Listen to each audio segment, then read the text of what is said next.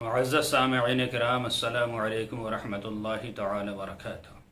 نحمدہ ونصلی ونسلم علی رسولہ الکریم۔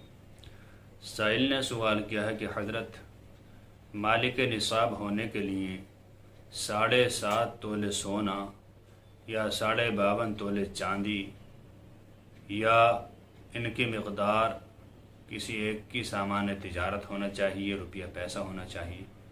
اگر کسی کے پاس صرف 1 تولہ سونا ہی ہو تو کیا وہ سونا بیچ کر چاندی خرید سکتا ہے؟ اور 52.5 تولے چاندی اگر مل جائے تو کیا اس پر قربانی واجب ہے؟ دیکھیے حضرات، بلا شبہ یہ بات بالکل صحیح ہے کہ نصاب کے لیے 7.5 تولے سونا یا 52.5 تولے چاندی یا اتنا مال تجارت یا اتنا نقد روپیہ ہونا یہ شرط ہے۔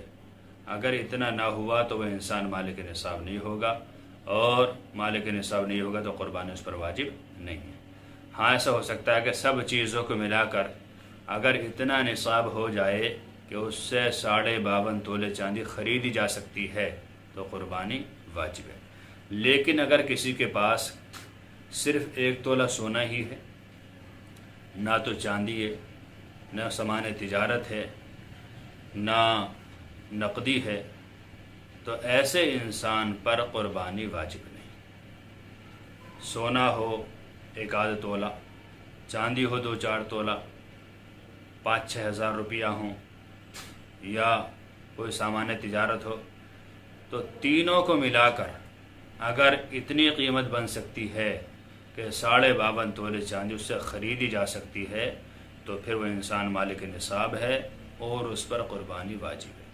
اگر کسی انسان کے پاس حاجت اصلیہ کے علاوہ صرف 1 تولہ سونا ہی ہے اور اس کے علاوہ کچھ بھی نہیں ہے، گزر بسر بھی بڑی مشکل سے محنت مزدوری کر کے ہو رہی ہے، تو ایسے انسان پر قربانی واجب نہیں۔ اعلیٰ حضرت فاضل بریلوی رحمۃ اللہ تعالی علیہ اسی مسئلے کے بارے میں فرماتے ہیں کہ اگر کسی انسان کے پاس تھوڑا سا سونا ہو، تھوڑی سی چاندی ہو، یا کچھ جانور تجارت کے لیے ہوں، یا کاشتکاری کی کچھ آمدنی آ گئی ہو، سب کو ملا کر اگر نصاب بن جائے تو اس پر قربانی واجب ہے، اور اگر نصاب نہ بنے تو ایسے انسان پر قربانی واجب نہیں جس پہ صرف 1-1.5 تولہ سونا ہی ہو۔